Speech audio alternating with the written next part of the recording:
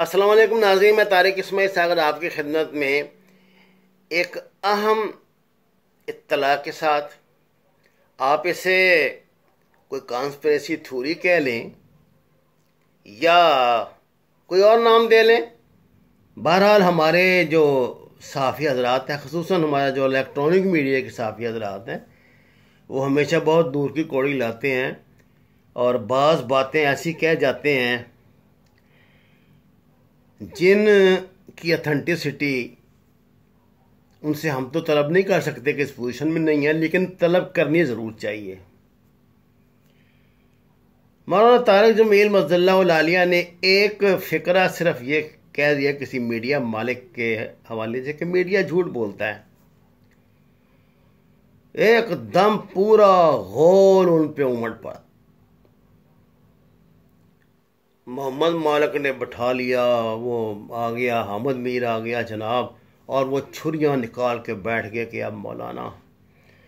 लेकिन चाहे आप मौलाना तारिक जमील साहब को जितना मर्जी मुतनाज़ा बना लें, ये बात आप ज़रूर तस्लीम करेंगे, वो सुलझू बंदे हैं। उनके लिए मसलक से ज़्यादा दीन अहमियत रखता है और उनकी कोशिश होती है कि जिस तरह भी हो, भले लान तान का सामना करना पड़े, वो अपने तरीके से मामलात को दीनी अंदाज में सुलझाने की कोशिश करते हैं। उन पे इस हवाले से कई इल्ज़ामात भी लगते हैं, उनका तमस्खर भी उड़ाया जाता है, लेकिन वो तबलीग की हिकमत को चूँकि समझते हैं, इसलिए उनकी अल्लाह मकबूलियत में रोज़ बरोज़ इजाफ़ा ही कर रहा है। आपने देखा तबलीगी जमात का मामले पे अब जो कोरोना का मसला चला था, जिस हिकमत और दानिशमंदी का मुज़ाहरा उन्होंने किया, उसकी तवक्को आप किसी मौलवी से तो नहीं रख सकते, एक आलम दीन से अलबत्ता ज़रूर रख सकते हैं, और तारिक जमील साहब ने ये करके दिखाया। नाज़रीन कराम, इतनी बड़ी दीनी शख्सियत को, जिसका मेरे ख्याल से हर मसलक में इतना ही एहतराम है, क्योंकि वो बंदा कभी मुतनाज़ा बात करता ही नहीं है, वो सिर्फ दीन की बात करता है। इस बंदे को कल इन लोगों ने अपनी अदालत में इस गुनाह पे तलब किया कि जी ये तो आपने मौलाना क्या बात कह दी कि जी जो सहाफ़ी झूठ बोलते हैं, क्या हम झूठे हैं, ये हैं, जो इनका तरीके वारदात होता है, छीन जाऊंगा। अल्लाह ने इस बंदे को क्योंकि बड़ी हिकमत से नवाजा है, वो जान गए थे कि इनका मकसद क्या है, ये मुतनाज़ा बनाएंगे, कोई तलख कलामी करेंगे, गंदी ज़ुबान बोलेंगे, बेइज्जती करने की कोशिश करेंगे।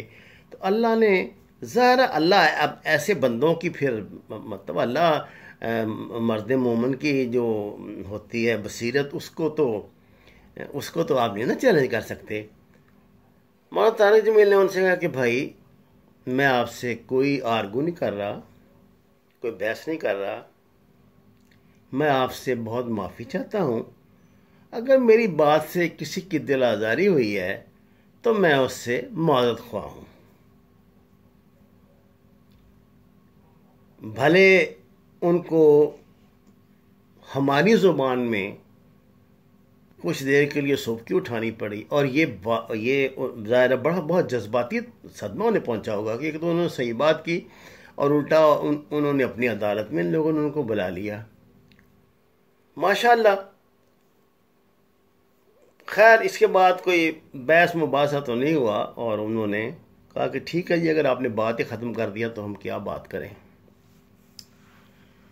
मैं अपने साफ़ी भाइयों से, ख़ास तौर से ऐसे गैरतमंद साफ़ी जो जैसे हामिद या मीर या मोहम्मद मालिक या तलत हुसैन टाइप जिस तरह की चीज़ें हैं, इस ऐसे गैरतमंद साफ़ियों से मैं एक बात कहता हूँ। कल 92 के प्रोग्राम में हारून रशीद साहब ने चैलेंज के अंदाज में कहा है कि मियां नवाज शरीफ पाकिस्तान से फरार हासिल करने के लिए $500 मिलियन हुकूमत पाकिस्तान को अदा करके गए थे, जिनमें से 445 मिलियन डॉलर जो हैं वो स्टेट बैंक में जमा हुए हैं। जो 55 मिलियन डॉलर हैं उनका अलबत्ता अभी नहीं पता कि वो किधर गए।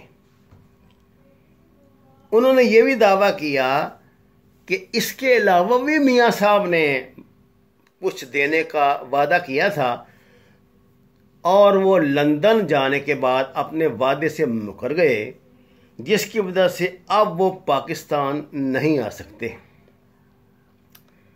हारून रशीद साहब का दावा है कि मुल्क की जो सबसे अहम शख्सियात है, 2 अहम शख्सियात, अल्लाह जाने उनका नज़दीक कौन होंगी, सबसे अहम और सबसे ज़्यादा बाखबर, ये लफ्ज़ उन्होंने इस्तेमाल किए हैं। आप सुन सकते हैं, उनकी वीडियो मौजूद है यूट्यूब पे, आप देख लें।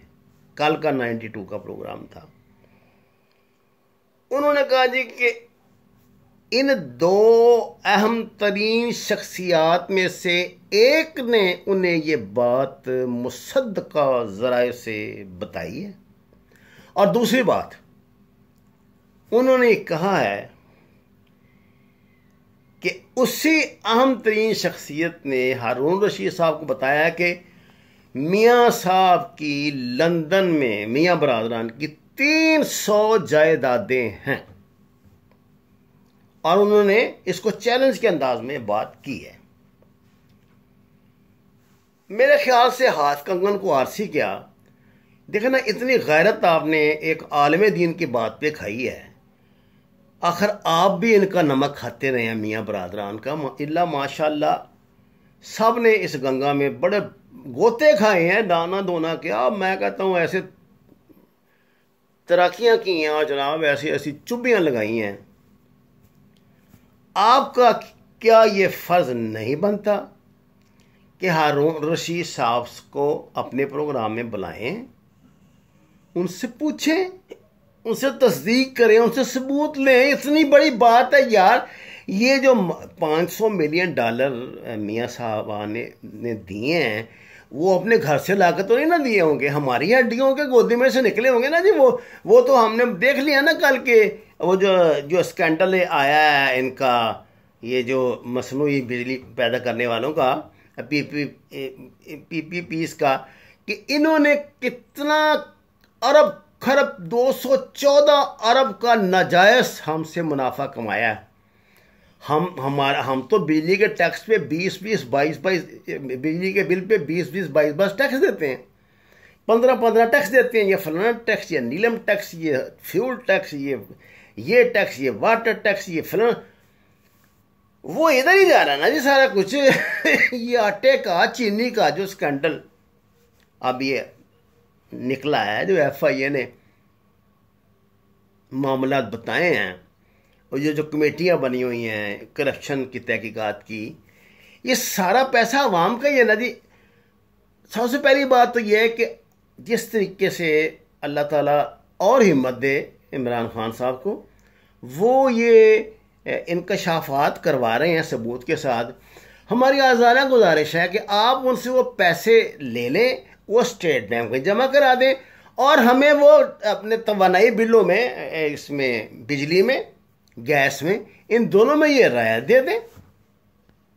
देखिए ना, आप कहते हैं 200 अरब रुपए का खजाना पड़ गया जी, वो हम आवाम के उसमें बिलों में पूरा करेंगे, तो दे दें। और ये जो हारून रशीद साहब ने इतनी बड़ी बात कही है, तो मोहम्मद मालिक और हामिद मीर को चाहिए कि फौरी तौर पे इनको अपने वहाँ बुलाएं, इनसे पूछें कि जनाब आप इतनी बड़ी बात कह रहे हैं, सहाफत में ऐसे यक्कड़ तो नहीं ना चलती, तो इसका सबूत दो। अगर आप इतने गैरतमंद हैं कि ये सारी गैरत आपने मौलवी तारिक जमीर साहब के लिए रखी हुई थी, करो ना यार, कुछ करके दिखाओ ना, दोहरा म्यार ना कायम करो। और एक बात याद रखना, तुम अल्लाह की गिरफ्त में आओगे। ये रमज़ान का पहला रोज़ा आज अफ्तार हुआ है, दूसरा इंशाअल्लाह तरावियाँ पढ़ के आई हैं। अल्लाह की गिरफ्त में तुम आओगे अगर तरीन जैसा, खुसरो जैसा बंदा नहीं ना बच सका, रज़ाक दाऊद जैसा नहीं बच सका, नवाज शरीफ जैसा, जरदारी जैसा नहीं बच सका, खाकान अब्बासी जैसा नहीं बच सका, वो तुमसे ज़्यादा उनकी हैं, वो जो जो भी तुम्हारे कनेक्शन है ना, इनसे ज़्यादा उनके हैं, वो तो बादशाह हैं। तो बेचारे हो ही मुलाजम ना। ठीक है, मनोवरिंग करके तुमने अपनी हैसियत बना ली है, लेकिन उन जितनी हैसियत तो नहीं है। तो अगर वो जा सकते हैं तो वक्त तो इंशाल्लाह तुम्हारा भी आएगा। और मैं हाथ बांध के ये अपील कर रहा हूं, जो भी जिम्मेदार मुल्क के बंदे हैं, अथॉरिटीज़ हैं जो ये काम कर रहे हैं करप्शन के, कि खुदा के लिए सिर्फ 10 एंकर चुन लें, पिछले 10 साल का इनका जो है वो कर ले। आपने मीर शकील उर रहमान का भी तो यार 1900 पता नहीं 80s का मांगा है ना साहब, उनका प्लाटों का, उनका जमानत नहीं हो रही। इनका इतना पुराना नहीं, इनका बस ये 2020 है ना। आप 2000 से इनका देख ले, 2000 में ये क्या थे, कहाँ से आए हैं, कितनी जायदादें थी। इसके बाद जो है इनका सोर्स ऑफ इनकम दरियाफ्त करें, जो नैब का तरीका है। मेरे ख्याल से मुल्क की कई मुख्तदर हस्तियों से ये लोग ज्यादा अमीर हैं। इनके पैसे का साथ अगर मौलाना तारिक जमील इनकी अदालत में पेश हो सकते हैं तो इनको आप नैब अपनी अदालत में बुलाए, और हारून रशीद साहब को भी ये बुलाएं और उनसे पूछें कि जनाब आपको किसने बताया कि $500 मिलियन की डील करके मियाँ साहब मुल्क से बाहर गए। अगर गए हैं तो ऐसी सियासत पे खुदा की लानत, वमा अलैना इल्लल बलागुल मुबीन। नाजरीन, अगर आपने अभी तक मेरे चैनल को सब्सक्राइब नहीं किया, आपसे दरख्वास्त है इसके सब्सक्राइब करें और हक़ाइक़ को हक़ के अंदाज में देखें। आपका बहुत शुक्रिया।